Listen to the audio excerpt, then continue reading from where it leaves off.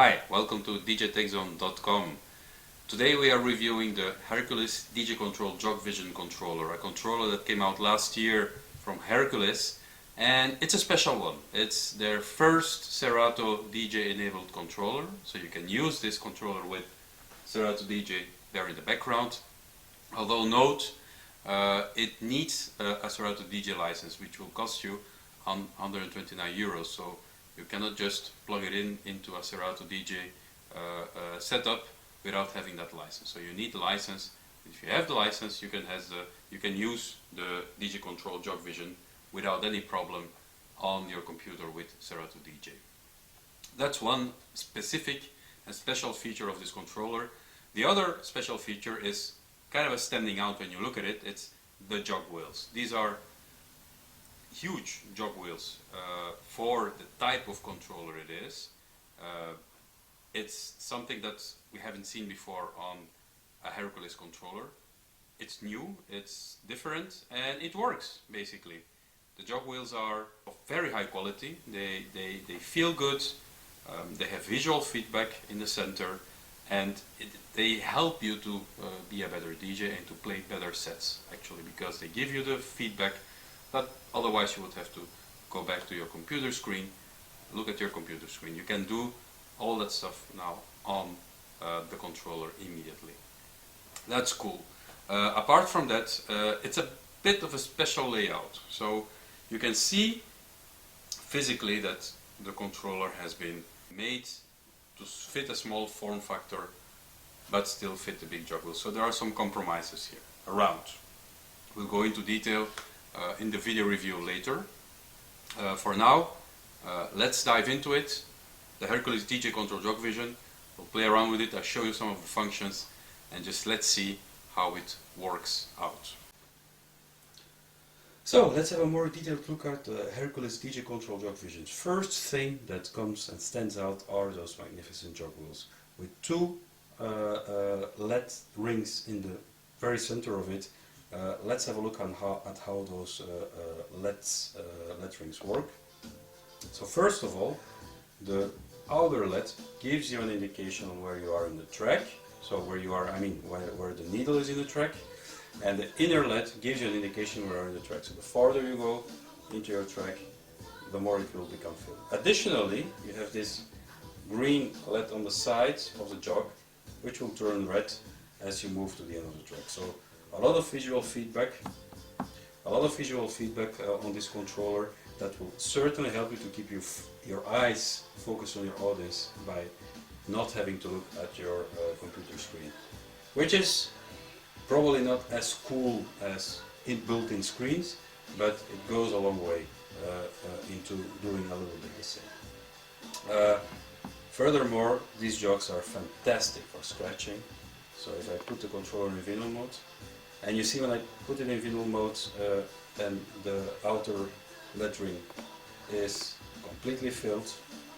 So when I put the inner LED is completely lit. I don't know if that's the intention, but anyway, that's what happens. So in vinyl mode, I can scratch, and to be honest, it's not a disappointment. The jogs are really cool. They have this good weight on them, so for any scratch DJ they will be really nice to use. So let's look further at what we have on the decks.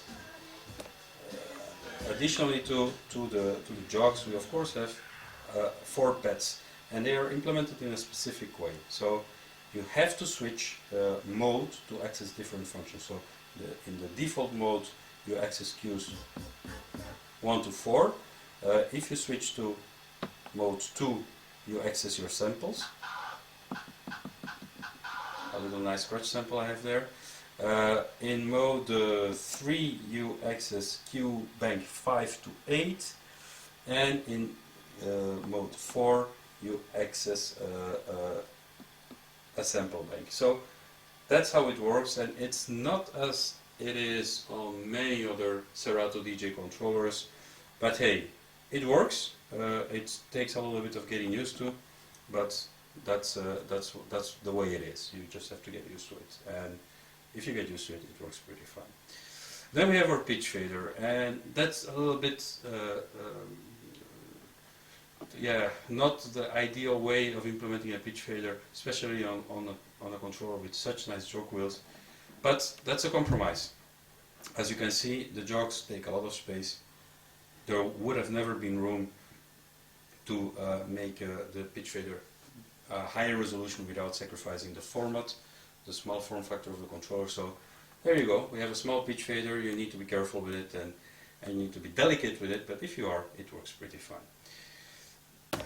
Then we have our loop section on the top, which doubles as FX section as well, which is a bit confusing at the beginning, but you know, you get used to it. It's just a question of using it. And when the FX loop mode button is off, you actually are in loop mode. So there we engage a 4-beat loop, and with the buttons you can resize the size of the loop. As I said, it doubles as FX, and if you engage the FX button, then you're actually engaging your effects. And you can hear it. There I have a, if I'm not mistaken, this is an echo, and you have this nice multi-FX setting that will engage all the effects at the same time for some nice roomy effects. That's pretty cool. Then you have the air effects. The air effects is movement control, so it means that you can activate and deactivate a low pass filter just by moving your hands around this sensor, which is pretty cool. And you have a visual indication on how much you are applying of this air control. Pretty nice, and you know, it's kind of a show element when you're DJing in public. You can go there with your hand, and you know, it's just add a little bit of show to your show, a little bit of show to your DJ set. Good. So that's in a quick glance what the deck does. Just mentioning, you have the possibility to activate the slip mode. It's a bit, I wouldn't say complicated, but you do have to press the shift button and the slip to engage it, and I already by accident deactivated the key lock. So again, a separated slip button would be perfect, especially because it's such a cool function to use when you are doing a performance. Then the mixer section is quite simple. You have a few buttons that control a few different functions, like activating, deactivating vinyl mode, activating, deactivating your microphone, and then some buttons to control how you view the Serato DJ interface, and a load prepare button. So you have the beats LED indicator that will tell you if you are on track with your song. So for example, we have Missy Elliott here queued up.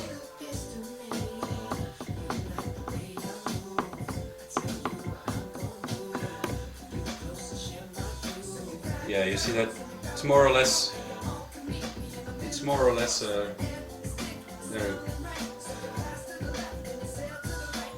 there it's beat matched, and it's not entirely precise, although the tracks are pretty much beat matched. The visual feedback is not entirely accurate, but you know, it's hip hop, and hip hop, as you know, is really hard to beat match visually, because you need to really listen to the track, and you have so many different tempos going there that this kind of aid will not give you 100% feedback. It's a nice implementation, and if you are playing house music, it will probably work very, very well. Then going further, you have of course your load buttons.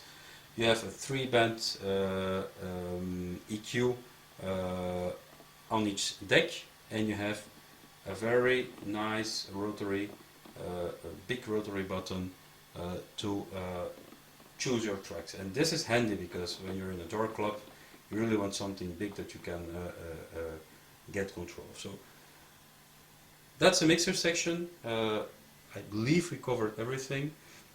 let's have a look at the backside of the controller to see which in and outs we have, what can we connect to this controller. Let's have a look at that.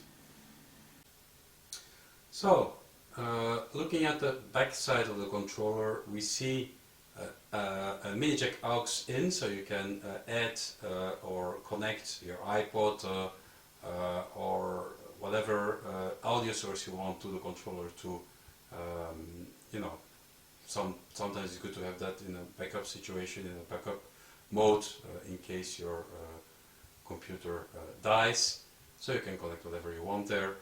You have a booth out with volume control, you have a master out, and you have of course a USB input for your computer and the power input, because this is not a USB power control. You need a power outlet to power the controller so that it will work. And on the front side of the controller, the big Serato logo, of course a jack and a mini jack headphone input, two small buttons to control if you're listening to the cue, to your cue or the mix, and then of course a microphone input, and of course, as you remember, the possibility to activate, deactivate the mic from the panel itself on the controller. So we come to the end of our review. Hope you enjoyed it. It was very interesting to discover the DJControl Jogvision and to have some fun with it. Resuming, this is a great controller. If you want a decent sized jog wheel on a controller, or a pair of jog wheels on a controller, and your budget is around $300 or euros, there are not many options. This is probably one of the best ones. You will have to take some trade-offs with it, like a very small pitch fader and some very particular implementation of the effects and the loops. But once you get used to it, it works. The air effects are great. It's a very cool way of putting some effects on your music, moving your hand up and down. It's really natural, and it works, and it adds this show element to your performance, which your audience probably will like. It has the nice pads, although that's again very particular implementation, really far away from what Serato DJ controllers usually offer. But then why follow everyone else, isn't it? So kudos to Hercules for trying something different, and definitely we can tell you there is more coming from Hercules.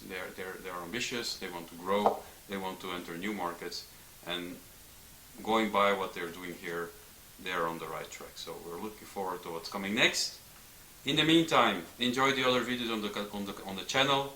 Hope you enjoyed this one. Make sure that on your way out you subscribe to the DJTechZone.com channel. Like us on Facebook. Visit the blog, of course. We have news going up there every day almost. So follow us everywhere you can. Support DJ Tech Zone so we can grow. And in the meantime, enjoy DJing. Keep practicing, keep learning, and see you next time. Bye bye.